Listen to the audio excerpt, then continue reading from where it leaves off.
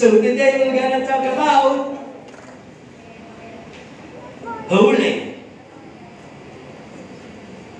Sino yung kontento na sa pagkakalikha sa kanila? Sino may hinahanap pa? Yung sana kamukha ko yung artista yun. Sana ako na lang yun. Yung, di ba may gano'n? Napakaganda niya, napakagwapo niya. Sana gano'n din ako. Sino may mga gano'ng bitihin? Wala namang masama. Kayo naman. Di ba? Kaya nga minsan pag may ina-idol ka, nagiging kahawig mo. Di ba doon sa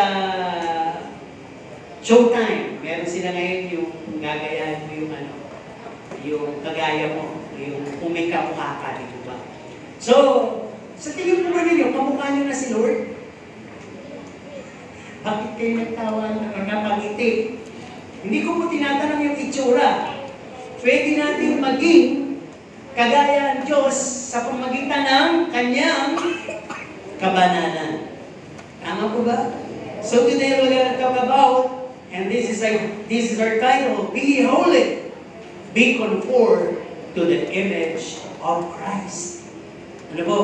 If you give it a chance, ano ba gusto nyo? Kaya ko tinanong kanina kung kontento na kayo. Kontento na ba kayo sa pagiging tao o sana naging anghel kayo? Sino gusto sana naging anghel siya? Okay?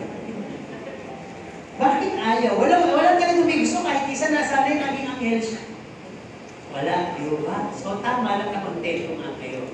Alam po ninyo yung mga anghel, hindi sila kasi dumadami, sexless sila. Nilikha sila may dila. Pero banal po sila. Okay, basahin natin ang ating mga talata. 1 Peter 1:16, Romans 11:16, dalawang bahagi, Romans 8:29, unang bahagi. Hindi ko alam kung nailagay lang. Pero sa akin pagbabasa ay babasahin ko rin dalawang bahagi at unang bahagi ng Romans. 1 Peter 1:16, unang Pedro 1:16, sapagkat nasusulat, kayo'y mga pakabanal sapagkat ako'y banal. Dito sa Roma 11:16, ikalawang bahagi. At kung ang ugat ay banal, ay gayon din naman ang mga sanga. Tama? Ikalawang bahagi. At Roma 8:29, unang bahagi, ang sabi, sapagkat yaong mga nanguna pa'y kanyang nakilala, ay itinalaga naman niya na maging katulad ng larawan ng kanyang anak. Ano po? At dito sa Ephesians, summary Ephesians, hindi ko na pala nailagay. Nakalagay doon, o Ephesians 1 yan. 5:1. Ephesians 5:1.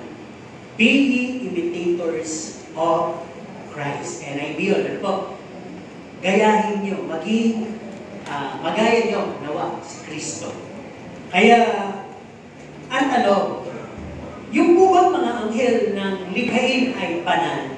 Nung unang pagkakalikha sa kanila, sila po ba'y banal? Di ba sinabi ko na kanina yun? Di ba? Banal sila. At ang kanilang sinasabi, lalong-lalo na po yung 4 na creatures, ano po, ay umaga-gabi, kung nang lalaki ng mundo hanggang ngayon, ang kanilang iniiyak at sinasabi ay banal, banal, banal. Ano po? Yun lang po yung kanilang sinasabi sa trono ng Diyos.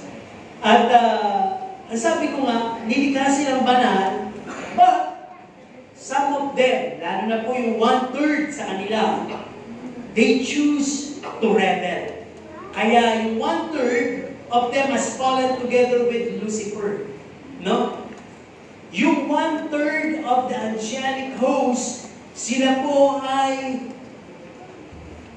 ibinaksak dito sa sangkalupaan. Ano po? Dito sa kailaliman. Ano po? Sila naman yung mga tinatawag siguro kayo ng mga lamang lupa. Ano po? Sapagkat sila nakipagkaisa doon sa planuhin ni Lucifer to take over the rightful throne of God. Ano po? Through the leadership of Lucifer. Ano po magtatanong? Bakit nangyari yun yung mga banal na anghel yun? Alam po nyo, kahit na banal na anghel sila, nilikha silang may malayang kalooban. Kagaya nating mga tao, nilikha din tayo may malayang kalooban. No? Tayo ay malaya na pumili ng klase ng buhay na gusto nating ibuhay. Tama po ba? Lalo na nga, nabubuhay tayo sa malayang bansa. Di ba? At malaya din tayo na gayahin yung tao na iniidolo natin. At malaya din tayo ibuhay o i-practice yung kung gusto ba natin, kabanalan o kasamaan. Kaya sabi nga dito sa talata, sa huling kapanahunan, yung masama, magpapaka-sama. At yung banal, magpapaka-banal. So, nasaan nakatugtog yung paa nyo? Hindi naman yung pwedeng sabihin, nasa gitna po ako ng kabanal at kasamaan.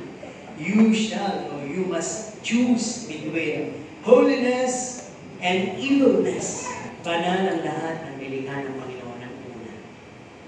Pero sabi niya, dahil sa kasalanan na ginawa ng ating ninuno o ni Eva at ni Adan, all humans that will be born, kahit na yung mga nagbubuntis pa lang, pag nanganak kayo, ang inyong mga anak is already enslaved to sin.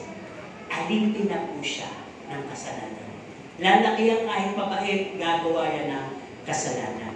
Ipapanganak yan merong kategoryo o merong kagad legal na makasalanan. Dahil pinanap po natin ang kasalanan. Ano bang kasalanan? Simpleng bagay ba ang kasalanan? Bakit nag-i-enjoy ang iba sa kasalanan? Ang sabi ng kasalanan, it can ruin our lives, relationship, mind, future health. Furthermore, ang sabi, it can soon separate us from God and be cursed and be thrown to eternal punishment in hell. Sa Tagalog, ang sabi, ang kasalanan, sumisira ng buhay, relasyon, pag-iisip, kinabukasan, kalusugan, at dagdagan pa natin, dadating ang panahon na mahihiwalay ka sa Diyos, ikaw ay masusumpa at maitatapong ka sa isang kaparusahan doon sa dagat-dagatan apoy. Yun ang magiging bunga ng kasalanan. Bakit nagkakasala ang tao, lalo na sa lumang tipan? At nabanggit nga ni Pablo, because of the law, may pinagbawal. Simple. Pag nakikita natin kung saan nakalagay sa pader, bawal magtapon ng basura. Doon may basura. Bawal umihi, doon mapanghi. Di ba? Parang bang nananadya. Di ba? Kaya parang maglagyan ng konting takot, mahuli, may multa. Di ba? Kaya ganun din. Merong batas na sinabi, huwag mong gawin ito, huwag kang papatay, huwag kang mag-ano niya, huwag kang magnanakaw, huwag kang mag-iimbot, huwag kang magsisinungaling, igalang mo, magulang mo, ibitin mo. So magaganda yung 1 to 5. Pero yung 6 papunta sa ikasampo, anong nangyari? Lalo yatang sinadya at lalo na-curious ang tao. It became sin because of the law has prohibited us to do it. The more men became curious. Anong curious? Nagpusisa ang tao. Bakit bawal? Masarap ba yun o masama? Pero ibang kasalanan, masarap daw. Kaya na-curious, tinikman, na-indulge, nagustuhan, nag-enjoy. Di ba? Nalulo o addicted. At ang sabi na history, dinalipid, napagod at naupos at nawalan ng pag-asa. Nalugmok sa kasalanan. And pag namatay ka, hindi nakapagsisi at nakilala ng Panginoon, papunta ka dire-diretso sa kapatakan. Yun ang kasalanan. No? Kung titignan po natin, God has a quick remedy. Nung nagkasala si Eva at Adan, nagkaroon kagad ng remedyo ang Diyos. Pumunta siya sa hardin, hinanap niya si Eva at si Adan para tanungin. Pero ang dalawa nagtago dahil alam nila kasalanan ang nakahubad. Dahil may mali siya ng ako. Hinahanap sila ng Panginoon upang kilalanin at pagsisihan ng kanilang kasalanan. Pero anong ginawa nila? Nagturuan pa sila sa ginawa nilang kasalanan. Simple lang naman, kainin yung lahat, huwag lang nyo kakainin ang bunga ng kaalaman ng masama at mabuti, sapagkat pag kinain nyo yan, thou shalt surely die. Para bang sinabi ng Panginoon in other translation, pag kinain nyo yan, tiyak na mahihiwalay kayo sa akin. That means separation from God. No? Kaya kung titignan po natin, in the Old Testament, Dahil doon, long story short, dahil sa kasalanan, nagkaroon po ng distance sa Panginoon sa tao. Kasama na nila, dapat kasama natin. Ang Diyos sana kasama ng tao kung hindi nagkasala si Eva at Adan. Pero wala, nasira yung fellowship na yun. Kaya nagkaroon ng distance at nakita natin sa mga aklat mula sa Genesis at yung first 5 books of the Old Testament, inilarawan, sinabi lahat ng mga batas, palatuntunan, tungkol sa relasyon, pakikipag-liig, pagsamba ng tao sa Diyos, kung paano paraan. So, sa madaling sabi, may restrictions. Hindi ka pwede basta lumapit sa Diyos kung hindi ka banal. Hindi ka basta pwede mag-alay sa Diyos kung hindi banal. Hindi ka basta-basta pwede sa templo kung hindi ka banal. Hindi ka pwede maglingkod kung hindi ka perfecto. Ganon sa lumang tipan. So, nakita po natin yung simple illustration na ito, yung tabernakulo. The place wherein they worship God, they bring their offerings, may distance po at may mga bahagi. Anong bahagi na itong mga tabernakulo? Yung temple division, meron po siya tinatawag na Holy of Holies. May malaking kortinang nakaharang. Hindi ka pwedeng pumunta doon. Ang pwede lang pumunta doon yung high priest, yung sacerdote. Susunod doon ay yung tinatawag na altar, yung sulugan. Ano po? Yung kuwahan ng apoy para sulugin yung mga alay. Susunod yung inner court at ang pinakahuli yung outer court. So kung tayo sa kapanahonan noon sa outer court lang tayo pwede. Ano po, hindi tayo pwedeng lumapit. Siguro doon sa may inner court, may ground na konti yun eh. Kaya nga yung anak ni Aaron, ano po, Sinadab at Abihu, nasubukan nila yung bagsik ng parusa ng Panginoon. They were assigned to light the altar. Pero, nagsindi sila ng unauthorized fire. Hindi nila sinunod yung palatuntunan ng Panginoon. Daglian po silang sinulog, kinigdatan sila, sinulog sila ng presensya ng Panginoon. At ang kanilang labing pinatapon sa labas ng kampamento at hindi pwedeng lapitan, damayan, iyakan kasi hindi naging sumpa. Di ba? So, ganun po yung nangyayari. Nagkaroon talaga ng restriction. Hindi ka basta makakalapit sa Diyos. Kahit gusto mo lumapit. Yun nga ng Ark of the Covenant. Nang mahuhulog, may magmamalasakit. Para hindi mahulog ng hawakan niya, namatay siya. Tama po ba? Ganun. Pag sinabi ng Panginoon, banal. Talagang banal na mga tao lang mga hawak doon. Pag sinabing banal, banal na gamit lang ang gagamitin mo sa Panginoon. Pag sinabing banal, hindi ka pwede magdala ng paliyapak mo, talagang barefoot ka lang talagang lalapit sa Kanya, luluhod ka, at hindi ka pwede nakatingala, nakayuko ka. Di ba? Kaya nga yun yung makikita natin na inherited ng mga culture ng Koreano na yung kanilang hari para Diyos. Hindi mo pwedeng silipin. Pag dumadaan yung tinatawag na prosesyon o yung karong hari, hindi ka pwedeng sumilig, yung buo ka lang. Di ba? Kaya napakahalaga. Now, let's go on to the New Testament. No? Alam mo ba ninyo sa New Testament, yung mga kantang pamasko may mensahe, di ba sabi, Joy to the world, the Lord has come. Let earth receive her King. Tapos di ba meron pa, Peace on earth and mercy man, God and sinners reconciled. Di ba? Nakakatuwa. Bagamat hindi natin masyado pansin yung mensahe na yun, ay pinakikita yung pakikipagkaibigan ng Panginoon.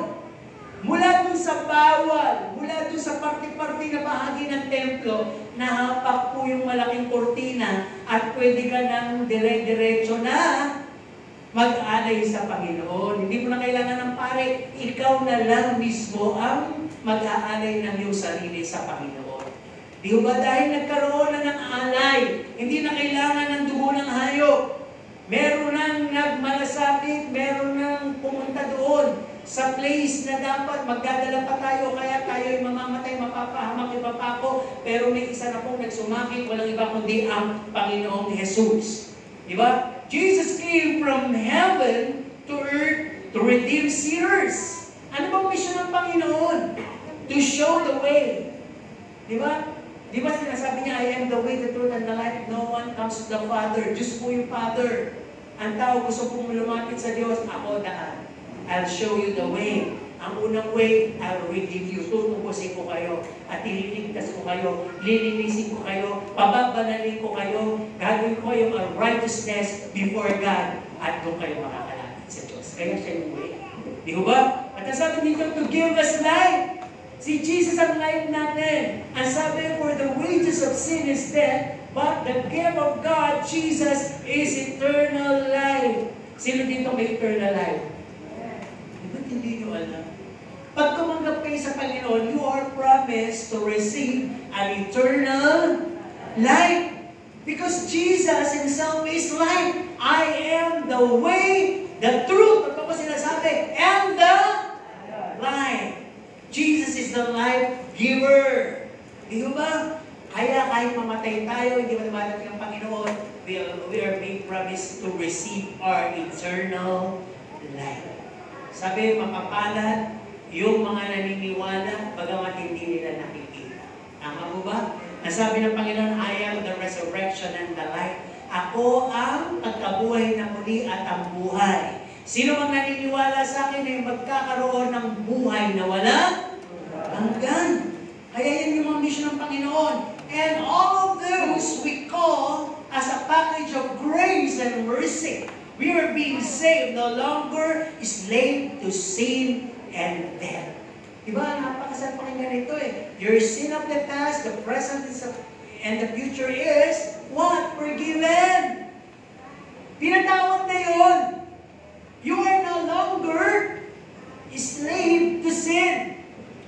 Whom the Son has freed is free indeed. Malayo na kayo. Malaya na kayo. Sabi, our freedom is liberty, and this is all for righteousness and holiness. Kung pinalaya kayo ng Panginoon, yung kalayaan yung gamitin nyo sa katuwiran at kabanalan. Pinalaya kayo sa kasalanan, sabi niya kay Maria Magdalena, sin no more. Di ba? Kung pinalaya kayo ng Panginoon, malaya na kayo ng lubusan. Huwag na kayong bumalik sa kulungan. Di ba? Medyo iba yung context ko. Pero sabi nga dito, yung mga nakukulong na pamilyar na, bumalik na sa kulungan, paglalaya na sila, sabi, ayoko nang lumaya, wala na akong balita. Hindi na ako makakuha ng trabaho. Bakit maging ex-convict nga sila? Ex-convict na ako. Yung tingin sa akin, iba na. Dito na ako, tutulong ako sa pagsisilbi sa mga ilang pag nakakulong. Kaya may mga gano'n. Pero hindi po yun ang gusto ng Panginoon. Kung pinalaya ka, magsilbi ka, yung kalayaan mo, isilbi mo sa katuwiran niya at kabanalan niya. Hindi ka na, sino ba yung pinalaya ka? Halimbawa, condemned to die. Halimbawa, sisilia electricate ka o tuturukan ka ng injection, pinalaya ka na, hindi, gusto ko talaga masilia electric ka. Gusto ko talaga ma-injectionan. Sino kayong may gusto ng gano'n? Diba? Wala na. Because our place was taken by Jesus Christ. Yung dapat tayong mamatay, siya na ang namatay para sa atin. Yung parusa tinatawag dito nung bata ako, iniisip ko, talaga ba isa-isa tayo papako sa krus? Hindi pala yun. Yung kapahamakan pala yun, yung impyerno, yung kamatayan. That Jesus was crucified to redeem us. If you believe Jesus, you are redeemed. Say it so, you are redeemed, you are saved, you are no longer destined na mapunta ka sa impyerno at mapahamak. Amen po ba? Tuloy tayo. Ngayon na kayo ay ligtas na. Tanungin natin, sino mga ligtas? Taas ang dalawang kamay. Yung tumanggap sa Panginoon bilang Panginoon at sa tagapagligtas. Thank you. Ano po, for your response. Nasabi dito, God has a goal. May layunin po ang Diyos sa inyo. Sa ating lahat. That's why He saved us. Tama po ba? Pakisabi sa inyong katabi, may layunin ang Diyos sa inyo. Pakinggan mo. Tanong mo muna, sino yung mga pinagpala? Nananagana? May magandang kalusugan? May magandang buhay ngayon? Actually, hindi yan ang goal ni Lord sa inyo. Part na rin ang blessing niya. Kaya kung kayo po'y pinagpapala, may magandang kalusugan at maganda buhay nyo ngayon, hindi ibig sabihin, malaya na kayo na pumili at gawin lang yung gusto nyo para sa Panginoon. Remember, may goal ang Diyos sa'yo. Ulitin nyo, may goal ang Diyos sa'yo. Sabi mo sa katabi mo. Pakinggan nyo anong goal. Ang sabi, God's goal If you belong to Him as a child, kung anak ka talaga ng Diyos, may goal siya sa'yo. This is the goal. The goal is to make you holy, conform to the image of Christ. Kasi iba matas magpalain, hindi iwan na naglalain doon. Pagkapos may magandang buhay, naglalaro. Parang hindi na siya seryoso sa kanyang relasyon sa Diyos. Makatapos siya may magandang kalusok, wala siyang iniisip na, may goal na pala, may assignment si Lord sa akin, may gagawin si Lord sa akin. Bear it in mind. Meron pong goal si Lord sa inyo. Sabi nga dito, He will cleanse you from your filthiness. Pag sinabing filthiness, bigyan mo kayo ng ilustrasyon. Sino dito yung may damit na namantsahan? Lahat na ng mantsa ay natatanggal? Meron bang mantsang natatanggal? Meron. Ngayon sa Facebook meron. Idadrop mo lang doon sa mga bitones na kinakalawang, zipper na kinakalawang, mawawala daw yung kalawang. Hindi ba? Hindi ko alam. Tayo gusto subukan dahil meron akong short na may kinalawang. Pero sabi nga, balik tayo dito sa merong mantsang hindi basta natatanggal. Yun ang gusto tanggalin ng Panginoon. Tama po ba? Ano ba yung mantsang hindi matanggal? Ito po yung kasalanan, guiltiness, filthiness, na maaari pinapaalala sa iyo ng past mo. Maaaring dinidikdik sa iyo ng mga nakakaalam. At maaaring minumulto ka ng mga bagay na nagawa ko. Kaya hindi ka makamove on. Yung po yung gusto i-clean ng Panginoon sa inyo. Gusto niya tayo i-cleanse from our filthiness, from your idols. Alam niyo idols? Hindi lang po literal image yan. Lahat tayo may santo, may sinasanto, may sinasamba. Pwedeng damit, sapatos, ari-arian, relasyon, anak buhay, trabaho. Yung talagang sa tingin natin, ito yung ating pag-asa, ito yung kaligtasan, ito ang aking hope, ito magpapakain sa akin, ito ang magandang kinabukasan ko, dito ako hahawa. Doon tayo gusto iligtas ng Panginoon. Ang gusto sabihin ng Panginoon, oo, meron ka yan, pero hindi yan ang goal ko sa'yo. Tama, makakasalba ka. Pero hindi, it will not last for a long time. Kung wala na ako at hindi ko na hinahawak, pwede mawala sa isang bigla. Tama mo ba magandang kalusugan? Pwede mawala. Magkasakit ka, mawala na ako sa buhay mo. Magandang tinatamasan ko ngayon, pwede biglang magbago kung wala na ako sa buhay mo. Tandaan po ninyo, kung yun nga, kilala na ang Diyos, pinayagan pa ng Diyos, subukin siya, kaya ka lang pinabili ko rin, sabi ng Diyos, di ba paano kasi hindi ko rin? Tinutuksan pa rin. Kaya nga lang pinabili ko rin, dahil pinagpapaalam. Inaamo siya ng Panginoon. Kaya malaman niya, sige, galawin mo, huwag lang papatayin ha. Kung yun nga, kilala na ang Diyos, malapit ka sa Diyos, nagpapasalamat, sumasamba, pinapayagan pa niya ng Diyos, umukin, paano pa ikaw sa sarili mo na lumilipot ka sa Diyos? Wala na, hindi na mapapaalam ang kaaway. Gagawin niya ng lahat. Para ikaw ay ipahamak niya. Ikaw ay, para bang may grand entrance na siya sa buhay mo. Para bang ikaw ay isang property na wala ng bakod. Lahat pwede na mag-squat doon, lahat na pwede na magpadumi ng aso nila doon, lahat na pwede magdamp ng kanilang basura doon, at lahat na pwede ilagay doon, pagtapon ng mga patay, o kung ano-ano, at alihin ng iba, pag wala kang harang. Pero salamat sa Panginoon, niligtas niya tayo, binakura niya tayo, at nilagyan niya tayo ng label. Those are my redeemed. Those are my children. And I am very zealous. I am very zealous sa kanila na sila i-cleanse, tanggalin ang mga filthiness sa buhay nila, mga idols. At tandaan po rin yung Panginoon, very zealous dito. Seryoso ang Panginoon sa bagay na ito. Kaya sabi ng Panginoon, kung mahal mo ko, just hold on. Di mo maintindihan ngayon, pero isang araw, naka-arrive ka doon. Di ba? Pag talagang ang pagsubok ay nasa sayo, para kang naglalakbay sa dagat na may bagyo, pero nakarating ka sa parang di ba? Ganun lang yun. Hindi pinag-uusapan yung journey mo. Why? Because you need to apply faith in the middle. Mahilig lang kasi tayo sa umpisa, kasi gusto natin conclusion agad. Dadaan ka muna sa journey. Doon ka matututo, Pagka, di ba, sa sasakyan na lang, pag maluwa, kahawak at kahawak eh. Kung hindi ka naka-seatbelt. Di ba? Kaya ibig sabihin, sa kahawak doon sa mga depensa sa loob ng sasakyan. No? May seatbelt pa. Ganun din ang Panginoon. Humahawak ka na sa Kanya, balot-balot ka pa ng kapangyarihan niya. Kaya kahit diba, kahit na malakas ang hangin, malakas ang alon, anong mangyayari? Hindi ka mapapaano. Makakarating ka sa paroroonan mo. Di ba? Ngayon, medyo konting paliwanag lang. Sabi nga dito, He will do anything that is necessary to make you conform to the image of His Son. Di ba pag mahal niyo ang anak niyo, tinuturuan niyo siya sa kanyang character. Tama?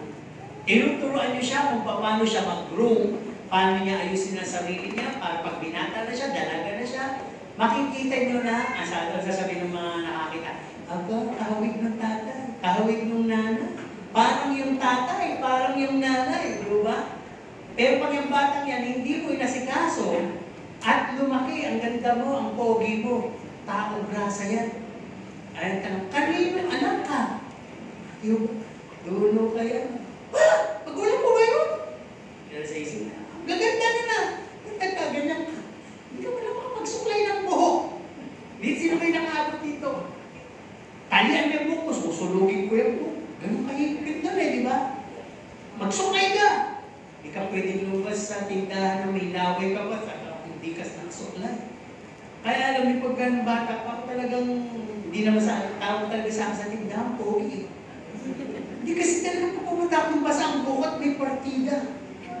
O talagang hindi ako pupunta doon, hindi ako nakasuklay.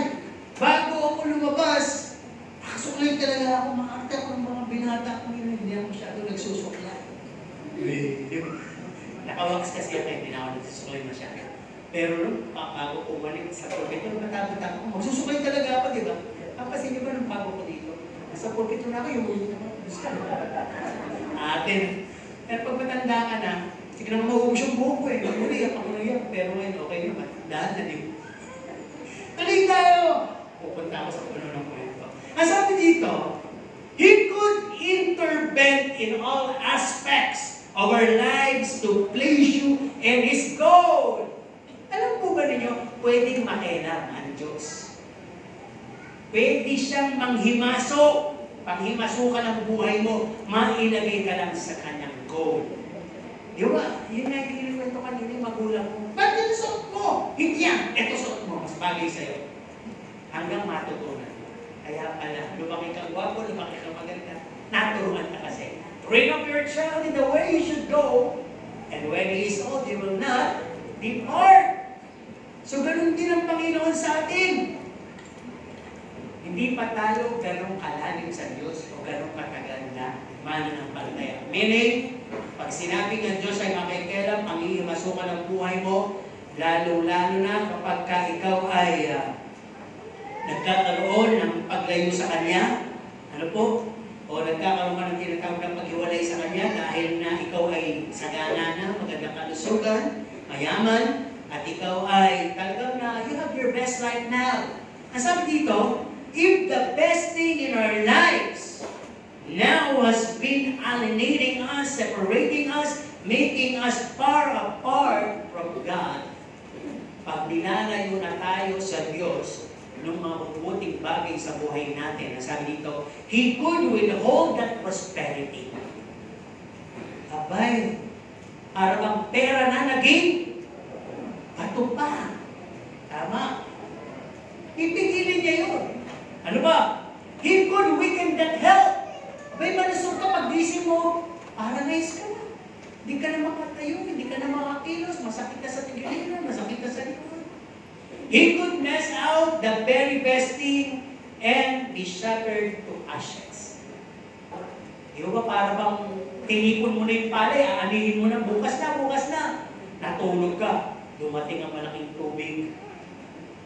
Ano nangyari? Pag nasaan yung aking tinipong palay, inagos na. Ang bayan mo sana. Aanihin na lang, binagyo pa. Parang ganun yung mga pwede ikilos ng Panginoon eh. To teach us a lesson. Ang sabi nga dito, especially if this is also comprehended with sin and wickedness that makes us more evil. Kung yung mga bagay na pagpapala sa buhay mo, kalusugan mo, kainaman ng buhay mo, ay nagdadala pa sa iyo sa kasalanan, eh talagang pakikialaman ka ng Diyos. Para lang makibalik ka sa Kanya. Di ba? At ang sabi, He will cleanse us then with our filthiness, our idols, and He was very zealous. Seryoso siya. Pag sinabing zealous, alam po niyo yung zealous, kung i-apply natin sa isang Kristiyanong zealous. Yung pang nakilala ng Panginoon, ayaw mo nang umuwi, gusto mo sa simbahan ka lang. So ang Panginoon, ayaw ka niyang bitawan, wala nang nakilala mo siya. Gusto ka niyang mapasakit. Di ba kayo natutuwa doon? Na gusto kayo ng Panginoon? Sino gusto ang Panginoon? Kahit hindi nyo gusto ang Panginoon, gusto ka ng Panginoon. Yun ang maganda doon. Di lalo na nga kung gusto mo pa siya. Talagang may collaboration. Diba? Hindi aakaw ang blessings. Di ba? Siguro sabi ng iba, logically, spiritual. Ba't ganun? Hindi naman ako tapat sa mo, pero pinagpapala ako. It's a deception. Baka binitawan na ng Panginoon at hinayaan mo naman na dalhin ka ng agos ng daya. Baka nagpapala na yung kaaway. Dahil tuwang-tuwa siya, lalo mang nalayo sa Panginoon. Pinagpala ka. At sabi niya, nadaya mo to. Akala niya, Diyos niya pa rin yung nagpapala sa kanya. Kaya, ayun, nagiging tamad siya sa Diyos. Talagang magpapalain mo tatanggang para mawala na siya sa Diyos. Be mindful. Sabi nga dito, God will do anything necessary to make us conform to the image of God. Sino nakatikim na ng mashed potato? Masarap. Anong pinagkaiba yan doon sa simpleng potato? Kung kayo ay bibigyan ng potato na pwede naman yung ilaga kasama yung balat. Lagana. Ano pipili niyo? Yung lagang potato o yung mashed potato ng KFC? Dahil mas siya. Mas masarap siya. Di ba? Hindi nyo ba alam kung anong pinagdaanan noon kung ilang talampakal? Ino kayo, yan po. Hindi. Talagang minasahe-masahe yun. Dinurog-durog. At nilagyan ng kung ano-ano para lang. May kumbay doon, nilagyan ng butter, nilagyan ng paminta, nilagyan ng alat, nilagyan ng mantika, o ano pang nilagay. Para lang sumarap. Ganun ang gagawin ng Diyos sa buhay mo. No? Sabi dito, He'll mold you, He'll mash you into clay para ma-mold ka. Di ba? Sino yung pamilya sa clay? Nung bata sila nakapaglaro ng clay. Ano ba yung kalimitang ginagawa mo sa clay? Sino yung nakabuo ng kung ano sa clay niya? Ano yung nabuo mo na sa clay? Kalat. Siyempre kasi maano ka eh, mahilig ka magluto, no? Sino pa dito? Anong nagawa nyo? Sino ang nakagawa ng ahas? Di ba ahas? Gaganunin mo lang mukhang ahas na. Uod, di ba? O kaya dahon. O kaya tao. Alam mo yung tao, di ba? Gagawa ka lang ng bilog at pagdudugtong-dugtongin mo, di ba? Yun, di ba? Magagawa mo ba yun basta lang, hindi yung clay. Magiging tao. Hindi, ang Diyos lang ang nakagawa. Pero tayong tao, ang Diyos ay talagang nagano pa ng putik, ng clay, di ba? At talagang ginawa niya. Di ba? Kaya kung nakakagawa kayo ng forma doon sa clay, nagmana tayo sa Diyos. Kaya meron tayong rightful nature na pwede mo na tayo maging banal din, maging matalento din. Pero balik tayo sa subject na maging banal din. Hinuhubog tayo katulad ni Kristo na creative din. Di ba? Kaya magpakabalan ang sabi dito. At ang sabi dito, God will do anything necessary. Yun ang sinasabi nila talaga, pipit, masa, todo, molded, may remake kasi image of Jesus Christ. Gusto mo ba yung imahe ni Jesus Christ? Hindi po yung nakapako, hindi yung nagbubuhat ng krus, kundi yung glorified Jesus Christ. Okay, mag-usapan natin ang kalubagi. Holiness is required. Saan ba kailangan ng kabanalan? Hindi ba ninyo alam? Kung kayo ay mag-aalay sa Diyos, dapat banal. Mula sa sarili nyo hanggang sa atong inyong pera. It should be holy. Alam niyo na dapat ang preparation doon. Pag binukod mo na, nabukod na yun. Do not touch. Ano po? Pinag-pray, nilaanan talaga na. Iba nga talaga, mabango, iba talaga, yung talagang maluto. Tamang-tao tumatanggap po, pare, pastor, pero ang Diyos ang unang naglalangap ng lahat na ino-offer nyo. Kasi meron po attitude sa pagbibigay, kaya nga di ba pag masaya ka nagbibigay, apektado din ang giving mo ng regalo. Pag masaya ka sa tao yun, masaya din ang magiging regalo mo sa kanya. Pero pag inis ka sa tao yun, hindi ka pa nagre-regalo, napo-forward na yung regalo mo sa kanya. Halatang-halata na, naiinis ka. Tama po ba? Okay, tuloy. Ang sabi sa kailangan ng kabanalan, if you are to offer something to God, unang-una sarili. Romans 12:1 and 2. Ano pa? To render ministry and service to God. Pag ikaw ay mag-aalay sa Panginoon, dapat may kabanalan. Dapat handa ka na. Hindi lang the very moment pinaghahandaan, pinaglalaanan mo na siya ng paghahanda dahil ikaw ay may tutugting ministeryo sa harapan niya. Ano pa? In your most heart, dapat may kabanalan tayo sa buhay natin para ma-grant yung anointing. Pag wala pa na tayong kabanalan, ibig sabihin pure heart, banal, kaya-aya, doon lang ibabaksak ng Panginoon yung, bakit niya pagkakatiwala yung kanyang anointing sa marumi? Bakit niya ibibigay yung kanyang pahid sa marumi? Ibibigay lang niya sa banal, sa nagpapakabanal. Kaya nga sabi, where there is holiness, there is power, or in other words, where there is holiness, there is also anointing power. Ano ba? Sa natin kailangan ng kabanalan, to be accompanied by power. Di ba pagbanal ka? Righteous. The word righteous is banal. Kanta yun eh. The righteous are both as your life itself has a testimony. Your life itself has a power. They'll driven all kinds and forces of evil. Lumalapit ka palang tumatawalis na sila. Lumalapit ka palang umiiwas na sila sa iyo. Balak pa lang nilang lokohin, hindi na nila itutuloy. Ibibigay sana nila pangit, biglang may conviction, ay hindi. Dapat ibigay ko yung the best. Diba? May plot against you, sila ang mahuhulog. Because the power of God is vested upon you. Ano pa? Saan kailangan ng kabanalan? Ba kailangan pala ng kabanalan? In the assembly of His people. Sa congregation. May katapat tayo ganun, diba? Let's sing in the midst of congregation. Nagagawa po ba natin yun? Clap. Praise. Jump. Holiness. Diba? Hindi kasi kasama sa kanta, diba? Bakit kailangan ng holiness? Para po pala mag-activate ang fruits and the Holy Spirit.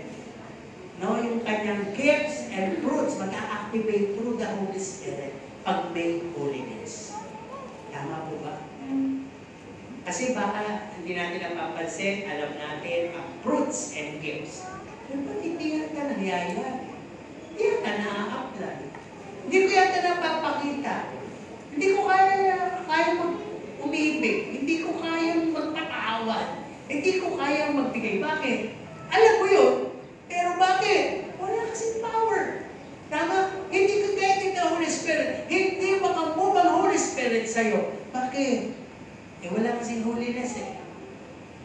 Kaya nga, Holy Spirit. Tanggalin na nga natin basta yung holy para makagawa yung Spirit. Sige, walang holy. Kung ano nung Spirit ang gano'n. Espiritu ng kaguluhan. Espiritu ng sakit. Espiritu ng katatakutan. Huwag niyo sabihin wala na. Kaya nga sabi ng Panginoon, God has not given you the spirit of fear. Kaya kailangan may Holy Spirit residing in us para mag-block yung anumang espiritu na gustong pumasok.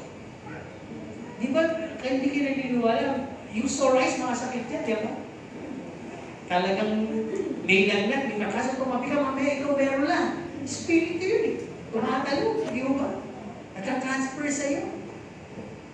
Kaya kung hindi Holy Spirit, may power ka na spiritually, may power ka pa physically. Even empowered, ibig sabihin dito. Ano ba? Saan natin kailangan ng kabanalan? Isang hint na lang. Saan kaya? Bakit natin kailangan ng kabanalan? Para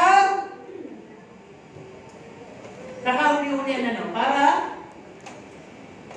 sa kahuli-hulihan ay, ano yung tapos na parang gano'n? Sa kahuli-hulihan ay, okay, baka manipuli.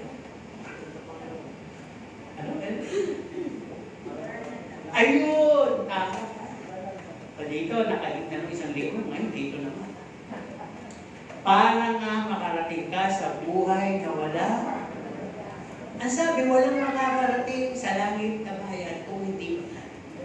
Dito sa latter part ng Revelation, nabasa niyo na po ba na yung magtatagumpay, sila lang ang magsusuot ng puting damit, yung robe of righteousness, para mag-graduation.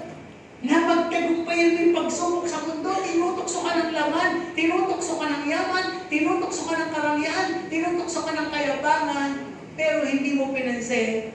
Kaya mangyayari, nagpatuloy ka sa Panginoon, iniwan mo yun, mag-graduate ka. Susuotin mo yung robe of righteousness. Pag naisuot mo yun, ibig sabihin talaga, you're a part of heaven, you're with Jesus, wherever Jesus will go, doon ka lang sa tabi niya, talaga, you are all in heavenly glory. Nakasalwalating ka na ng langit. Balik tayo sa holiness. Alam mo ba yung word na holiness? Hindi. Alam mo ba yun? Ano sa Tagalog? Kapag sinabing holy of holy, banal-banal. Kabanal-banalan. Tama din po ba? Kaya lang, tignan nyo nga. Ang sabi, yung word na yun, minsan, inano na ng tao, banal na aso. Banal na aso. Santong kabayo. Kaya, natatawa ako. O yan, natawa nga kayo, di ba? Pero sabi pala dito, yung kabanalan na yun, hindi pwede i-ascribe doon. O idoktor. Diyos lang ang may titulo nun. Di ba? Kaya nga pag ikaw ay napagbibintangan minsan na ako saan ka, banal-banal, nagpapanal-panalan ka. Tama yun. Yun ang pwedeng nangyayari. Pero yung salitang buo na yung nabanal, hindi pwedeng sabihin o idoktong kahit kanino. Di ba? Pagkikuloy. Ang sabi, holiness, it seems easy to say and easy to show. But only God can discern and savor the genuine holiness in ourselves and in our offering. Lahat naman tayo pwede mag-portray ng holiness. Parang emoji lang yun, gumanyan ka. Diba? At sabi ng mga teacher, meron tayong presentation sa Christmas. Ikaw, mukhang mabait, gaganap ka ng angel. Paano po ako gaganap ng angel? Guminito ka lang. Diba? Pag giminito ka na ibig sabihin, sabi mo nga, uy, ang galing mo anak ko, bait, banal na banal. Ay, parang nagdagan pa nakabanal na lagyan natin ng halo. Halo ba yun? Halo. Nakahalo. Lagyan ng halo. Pero ngayon, di ba, sa TikTok, ang halo nasa harap. Para mamukhang glorious. Dahil mailaw nga naman sa harap, di ba? Okay, pero balik kayo dito. Ang sabi po dito sa text natin, Romans 11:16b, at kung ang ugat ay banal, ay gayon din ang mga sanga. This is referring doon sa John 15, I am the vine, we are the branches. Ganito tayo nakaduktong bilang sanga. Nakaduktong tayo kay Jesus Christ, who is the vine. Ngayon kung nakaduktong tayo kay Jesus, ay sa Romans 11:16, at kung ang ugat ay banal, ay gayon din ang mga sanga. Yung kabanalan ni Jesus Christ, dumadaloy sa atin. Tama po ba? Kaya nga sabi, we are likened to a branch connected to the main vine.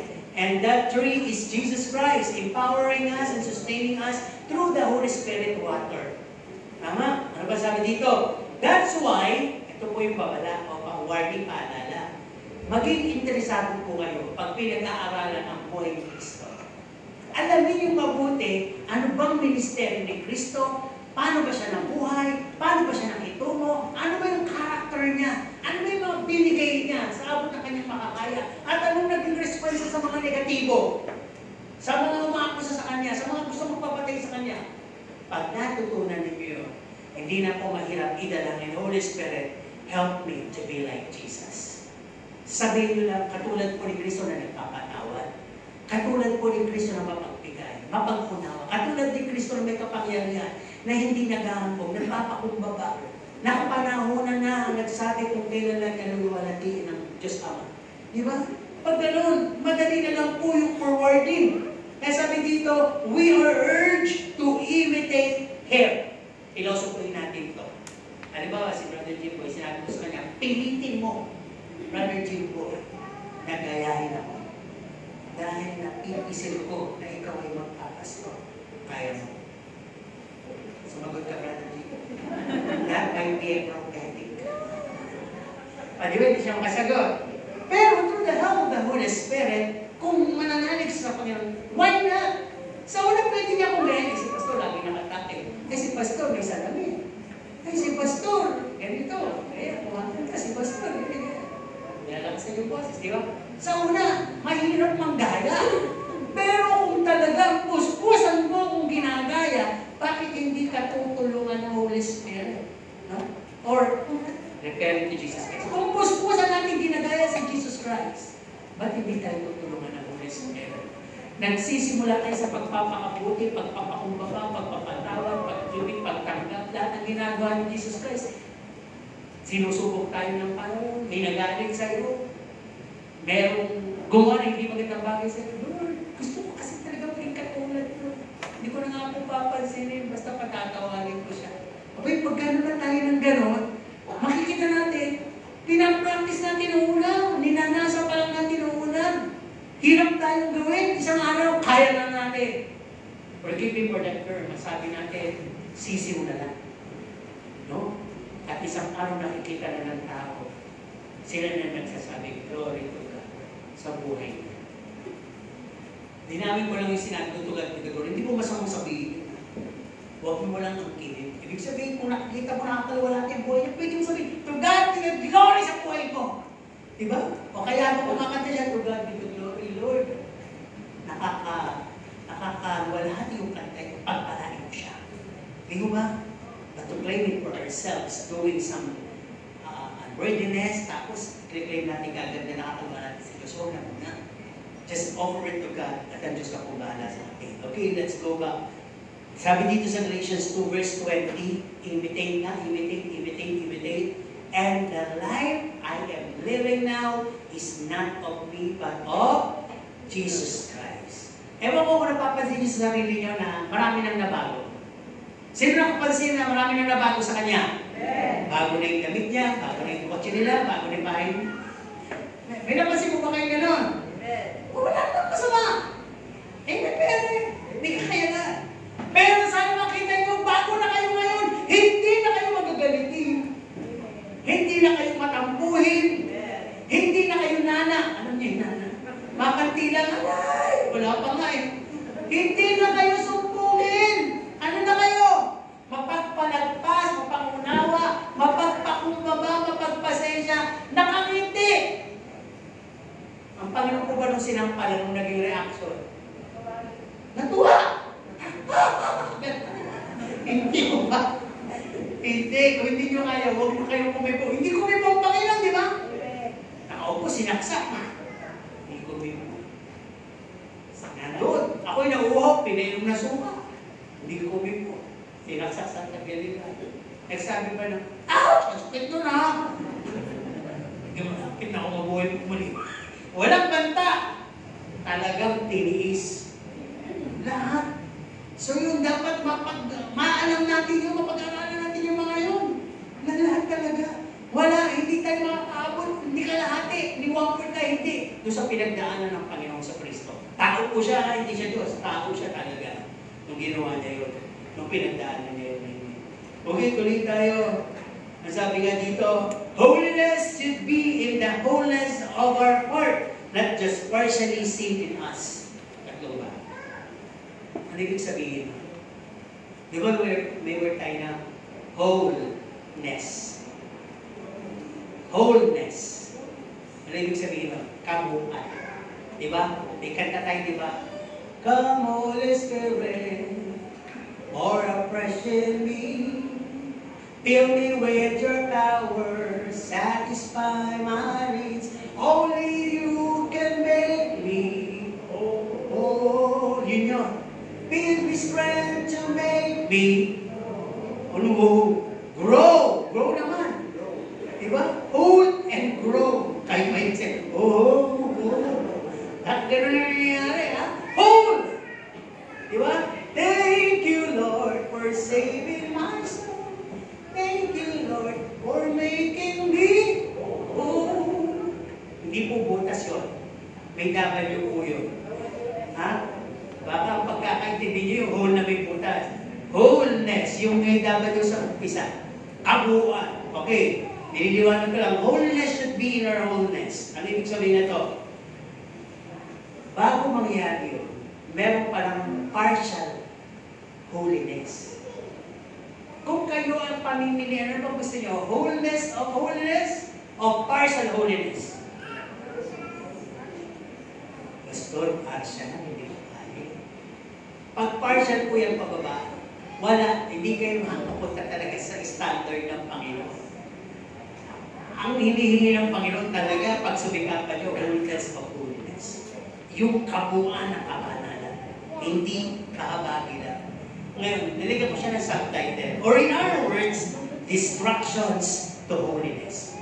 Bakit hindi ka makapagpatuloy at ma-achieve yung wholeness ng holiness mo? Sabi kasi dito, number 1, pwede kasi we forgive, yet we keep remembering it and bringing up the past again and again. Bakit kapagpatawad ka sa nagkakasala sa'yo? Pero sa tuwing makikita mo siya, umuulit yung ginawa niya. Kaya, masaya ka na patawad mo, pero nung nakita mo siya umulit, sa isip mo sabi mo, di ba? So, di makikita mo, napapakagat lagi ka. Di ba? O napapatabigi yung, nadapa siya. Napapatabigi yung ngiti mo. Sabi mo ganun, distractions to holiness yun. Banal na sana nawala ka. Ano ba? When we give. Pag nagbibigay tayo, naghihintay tayo ng pinakatingin. Ano? Ako niya. At ang sabi dito, ina-announce ko natin, nakikita mo ba yung suot ng dati? Ako may bili dyan. Mahal na bili ko dyan. Diba? Ano ba?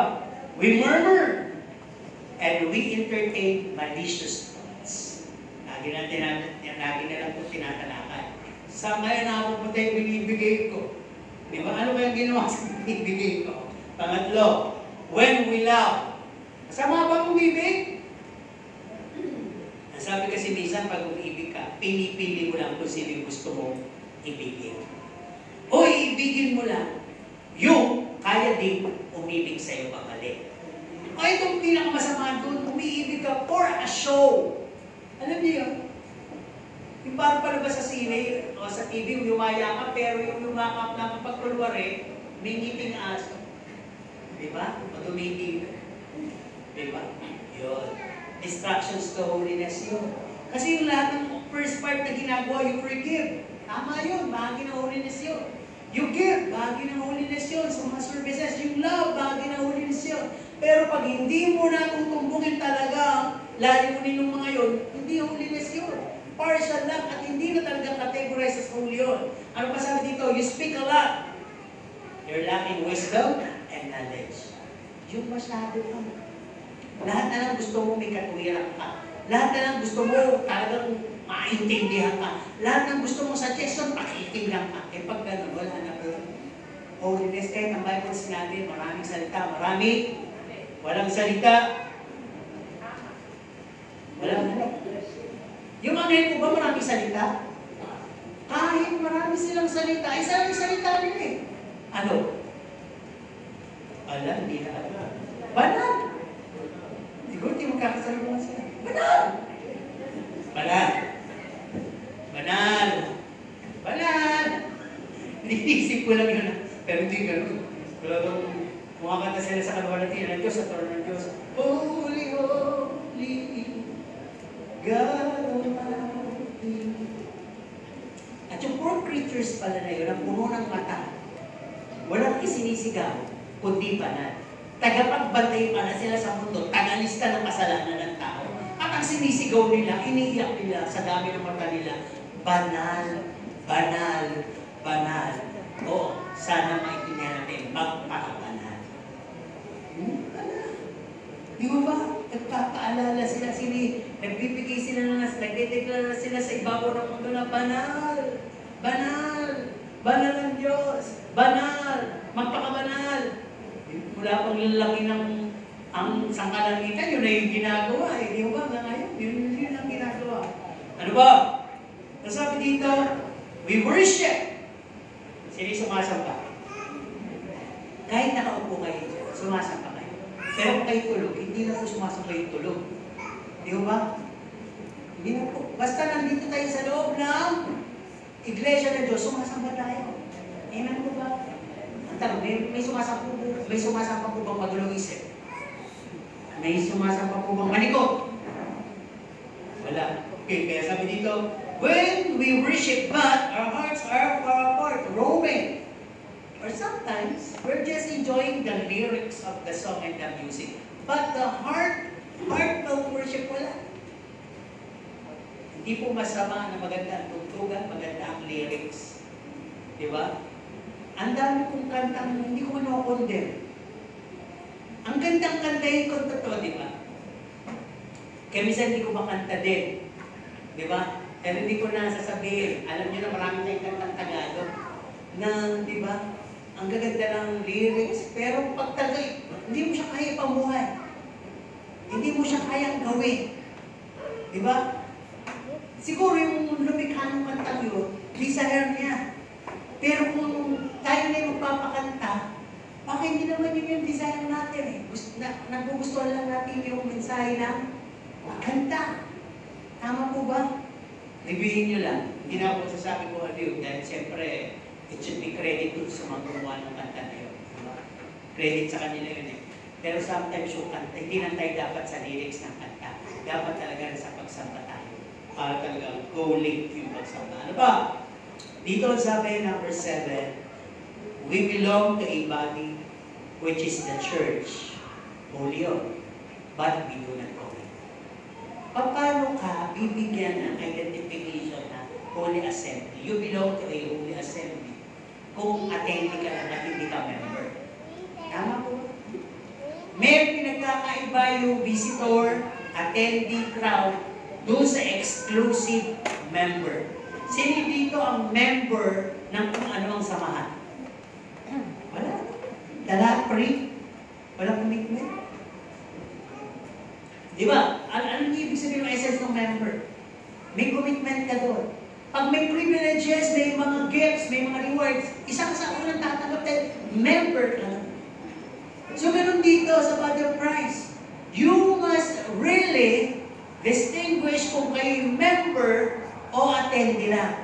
Kung member kayo, you should have the commitment and all the blessings is rewarding for you. Meron kang part sa blessings na ibinubudbud ng Panginoon. Pinapaulan, meron ka. Pero kung attendee ka lang, still kailangan pa ng recognition from the Lord. Dapat makarecognize ka talaga dito. Okay, number 8, sabi ikaw, we speak love, we speak truth, banal po yun.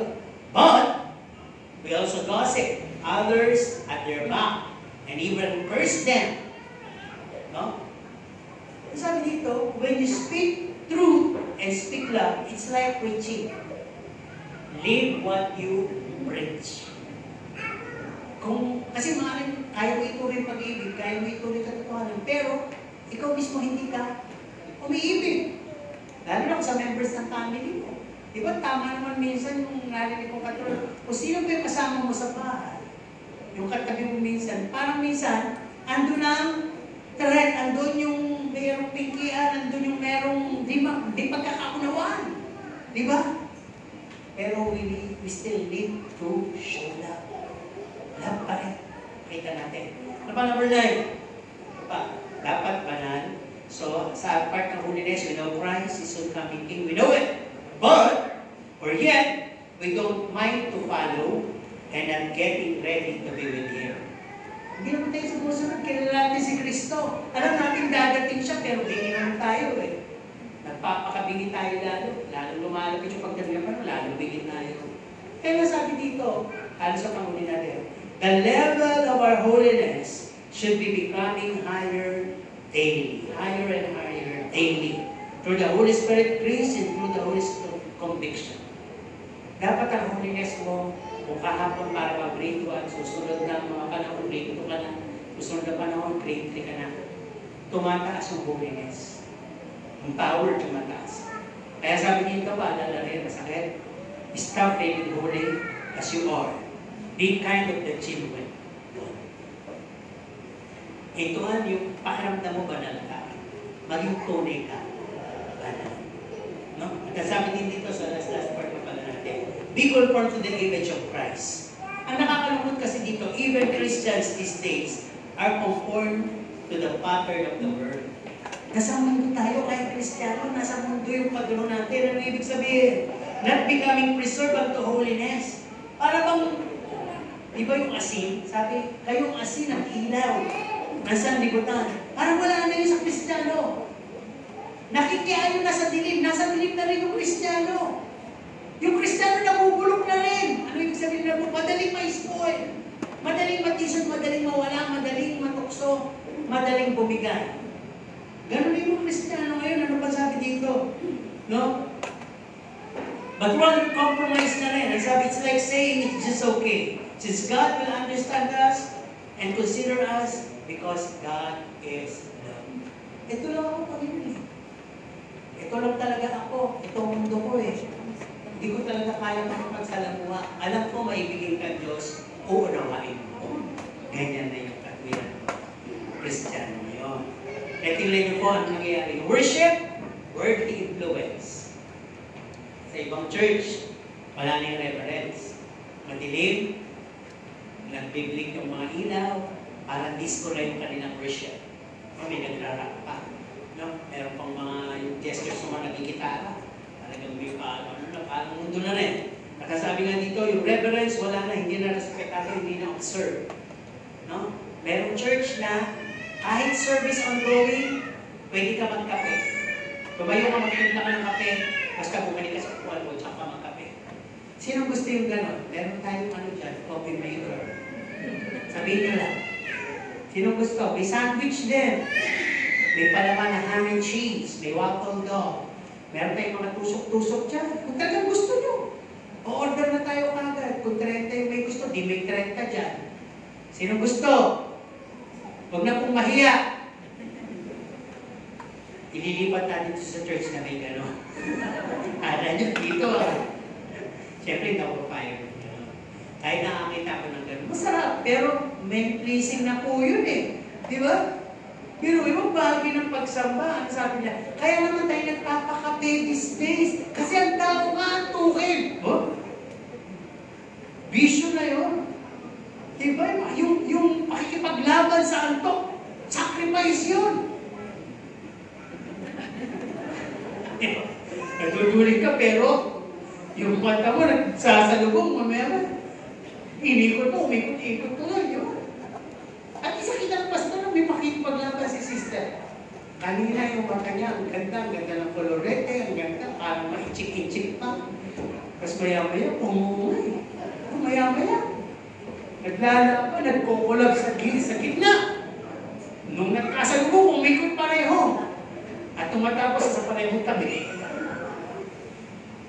Ibig sabihin, pinaglalaban mo yung iyong.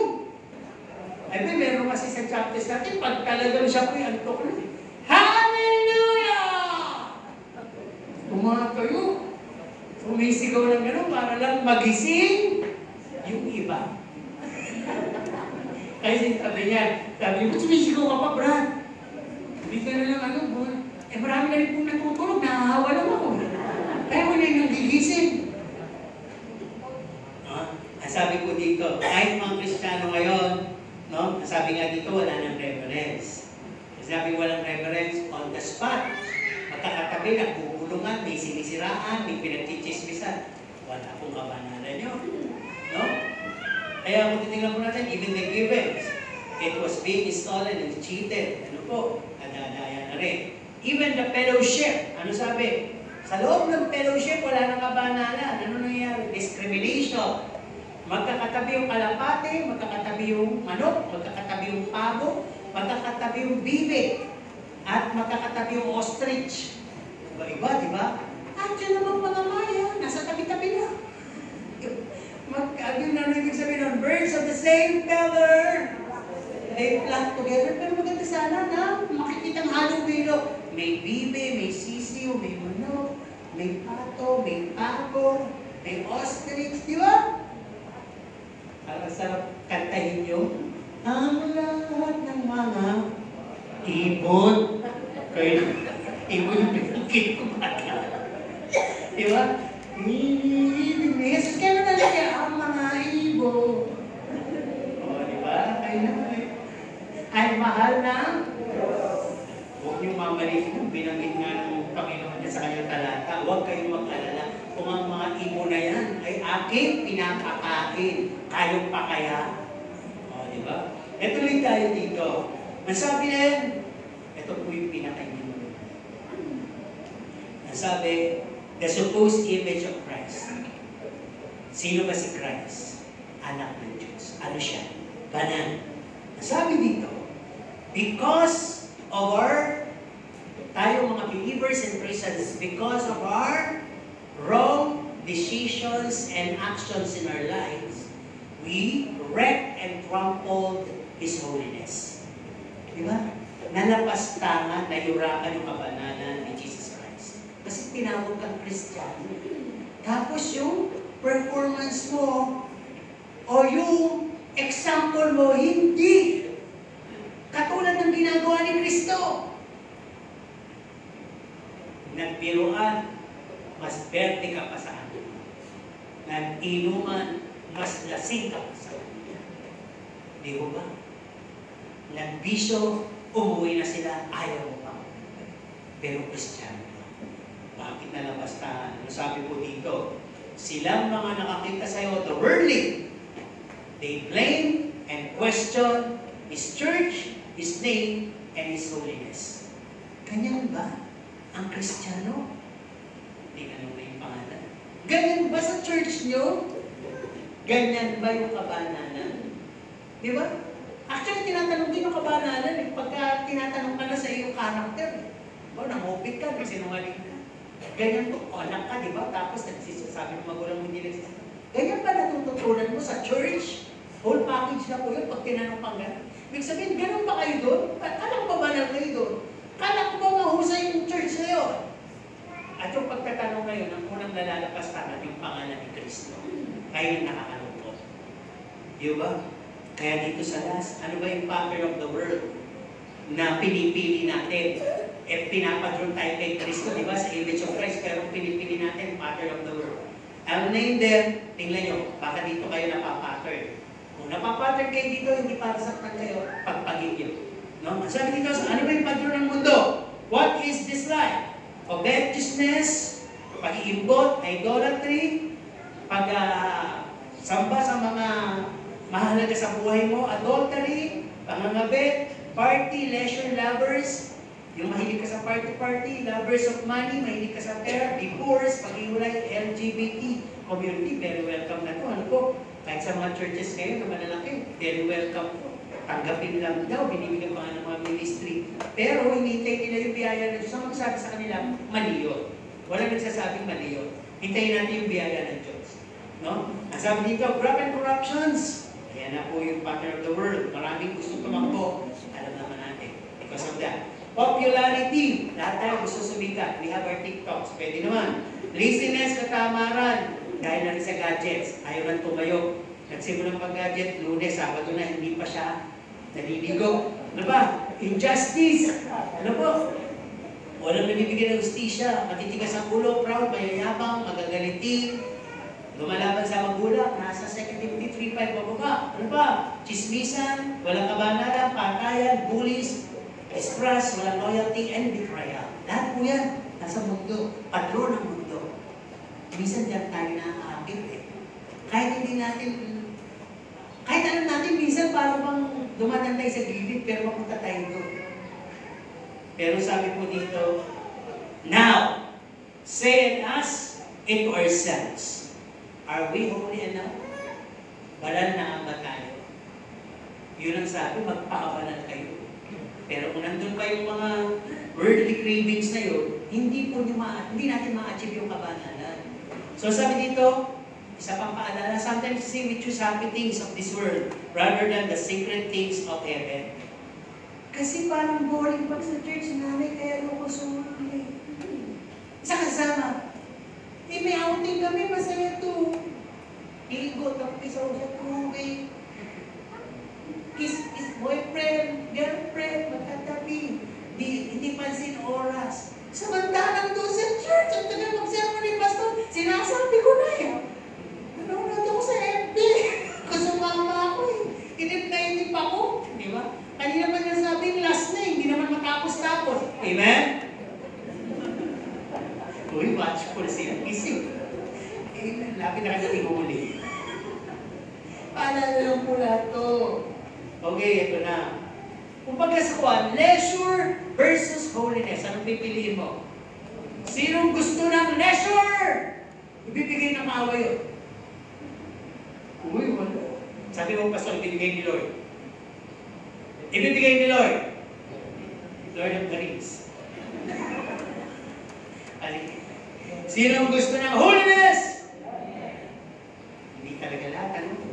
Iba yung hindi subang leisure ang gusto. Gusto na lang umuwi, kumain, magsampal ng gana. Mukbang ko ba? Okay, tuloy tayo dito. Pangatlong last. Diba? Minsan ganun yung panggit natin eh. May bunso, pangalawa sa bunso, pangatlo sa bunso.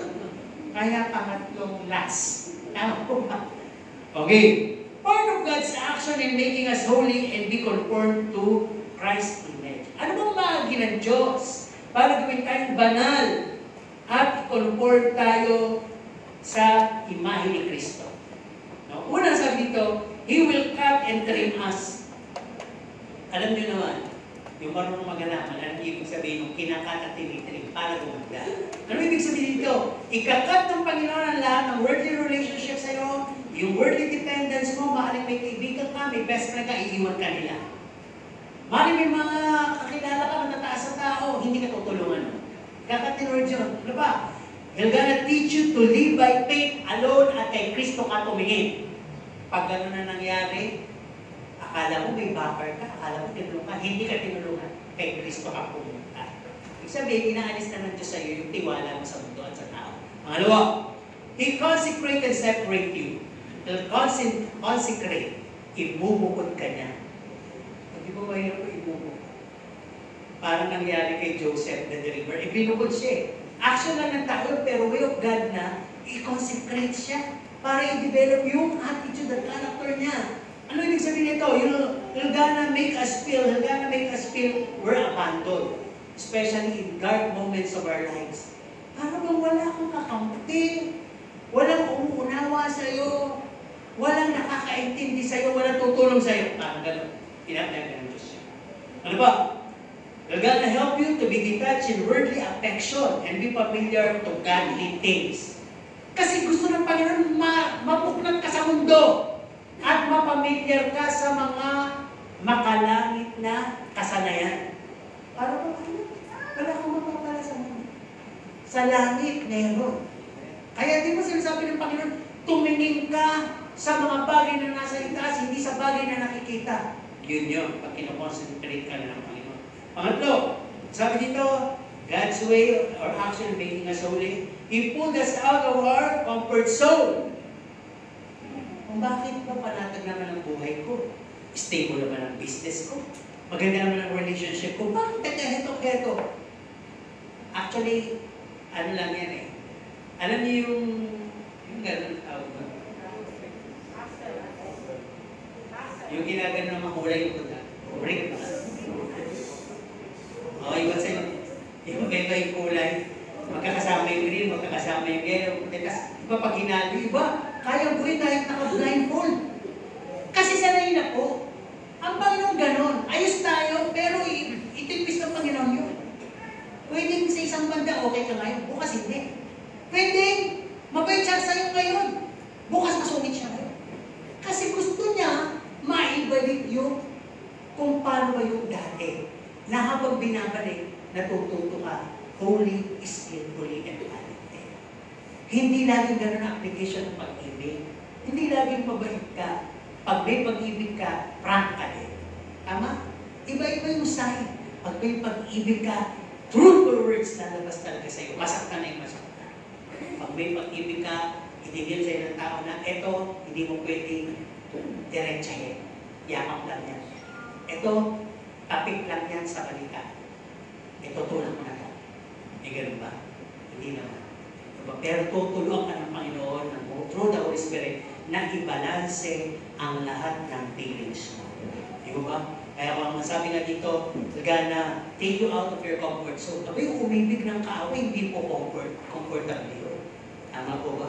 Yung magbibigay ka out of your salary na maliit lang dahil may pangailangan ng church, may commitment tayo, hindi po comfort yun. Pero tuturuan ka ng Diyos.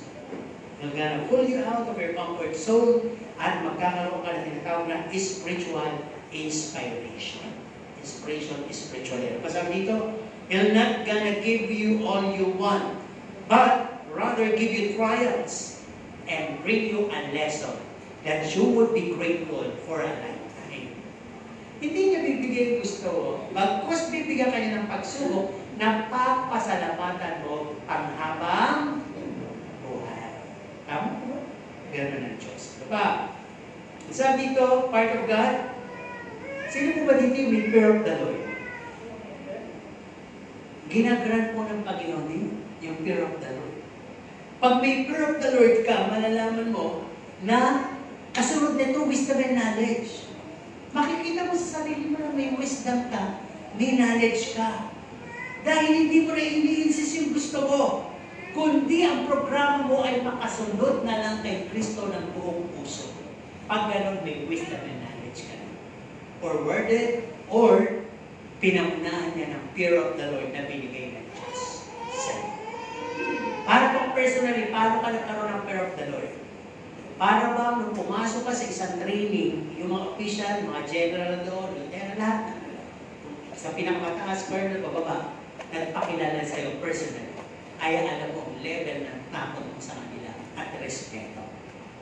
Diba? Kung hindi nagpakilala, sasabihin sa'yo, nakadress lang siya ng civilian, give me 50 push. Nasa training, nakapupush up sa bahay mo naman, pinupupush up eh. Sila mga pinupupush up ko dyan. Kasi hindi mo nalaman, general lang yun. Diba? Kasi hindi nakapigis. Sometimes gano'n eh. No? Blessings sometimes comes in disguise.